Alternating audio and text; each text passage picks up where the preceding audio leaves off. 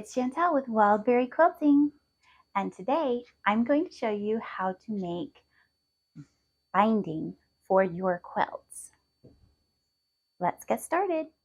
So this is the fabric I've chosen to be my binding for my house quilt, the Mikasa quilt, and I am just going to fold it over like this. Make sure that my fold here is the same distance as my fold on this side. And then I'm going to line this up along one of my lines on my mat. I'm going to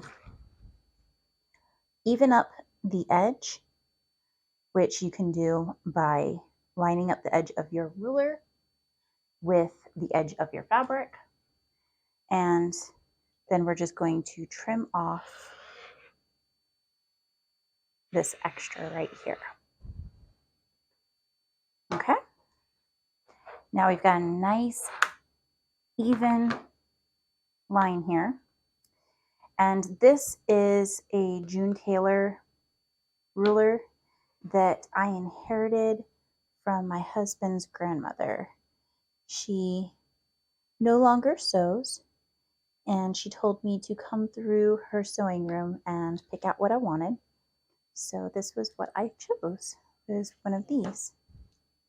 Now, I like to make my binding strips 3.5 inches.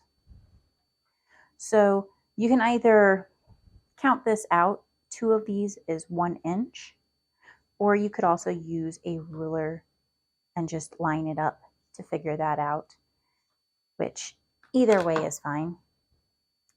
And then you're just going to slice on through, and then you can count over 1, 2, 3.5. I'll make a cut again here, and just don't lose track of where you made your cut. It's right there. So 1, 2, 3, and then 3.5 right there. Now, when you do it using this ruler, it gives you very precise, even cuts. If you've ever cut using just a long ruler, you will notice that after so many cuts, you end up having to square up your edges again because it does not stay consistent. Eventually, you will end up with a discrepancy. Now, using this, it cuts down on that a lot. So it definitely will help you save fabric. I have looked at these rulers online, and they do tend to be a little bit pricey, but it does save a lot of time. It does save a lot of fabric when you are making lots of cuts like this, because you don't have to constantly be squaring things up. And of course, that saves frustration too. Let's see. But if you talk a lot while you're doing this, then you're probably going to lose track, and then you're going to have to keep counting over again, because that's what I have to do, because I apparently can't talk at the same time as doing things. So one thing that you could do to save having to recount that each time is just put a mark on each one of your things. So maybe just use a sticker, and then you would be able to quickly find the right one. Maybe put a little bit of washi tape along the one that you're wanting to cut on and mark them going all along. But there you go. I've got 6, and I think I don't even remember how many I need of this, but I'll probably do 2 more just to make sure I have plenty. And another thing that you can do when you're trying to find out how much you need for binding is, besides the actual math, there are online calculators that will tell you, that will calculate it all for you. All you have to do is put in the information as to what your finished, or what your quilt size is, and then it'll tell you, which is fantastic. See, 1, 2, 3 and a half. There we go.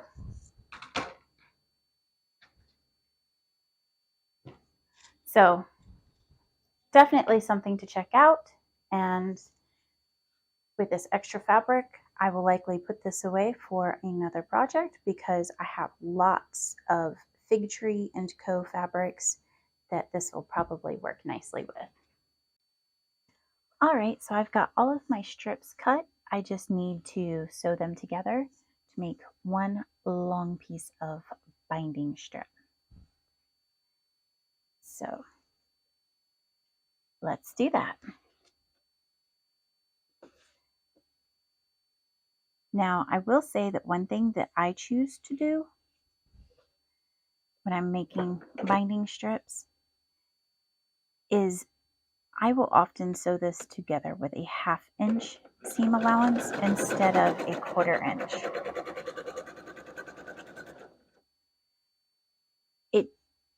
I haven't noticed a big issue with bulk or anything by doing that, but I do feel like it makes things a little bit more secure and just a little bit more stable. That's probably the part of me that likes to do garment sewing that feels that way, since most quilting is with a 1/4 inch.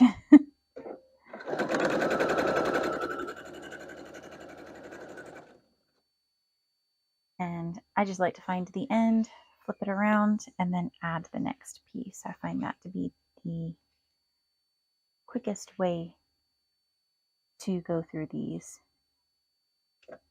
and get them all stitched together.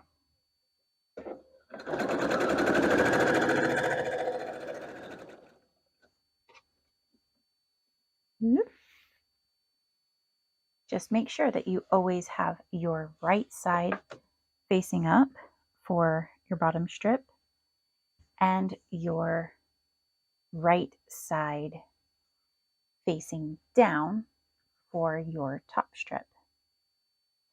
And if you are sewing together binding strips that are directional, then this takes a little bit more effort because you want to make sure that everything is going the same direction. But it's really not that difficult to do. It still goes pretty quickly and you'll be done in no time. I find that making your own binding is, in my opinion, it's almost an absolute necessity for quilting. I wouldn't be satisfied with the pre-made packets of binding or bias tape or whatever that they sell in the store. Often those are cotton with some poly mixed in. But even if they are not, the quality of that fabric is usually very low, and you can clearly tell a difference. I can easily spot that pre-made binding whenever it's used. And it's just not, doesn't give the feel and the quality that I like to have in my quilts personally. But if it doesn't bother you, then by all means, feel free to use what works for you. However, you definitely have a lot more fabric choices when you're willing to make it yourself. You can match it perfectly to go along with your quilt.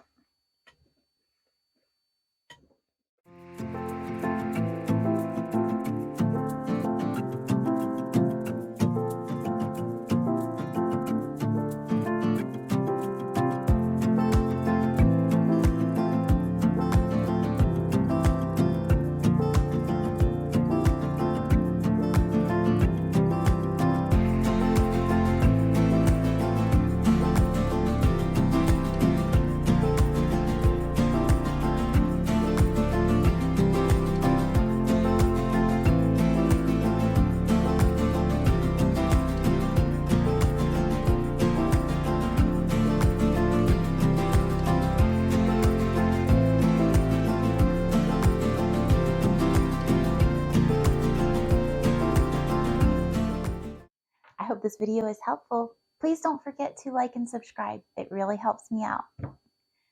See you next time. Bye.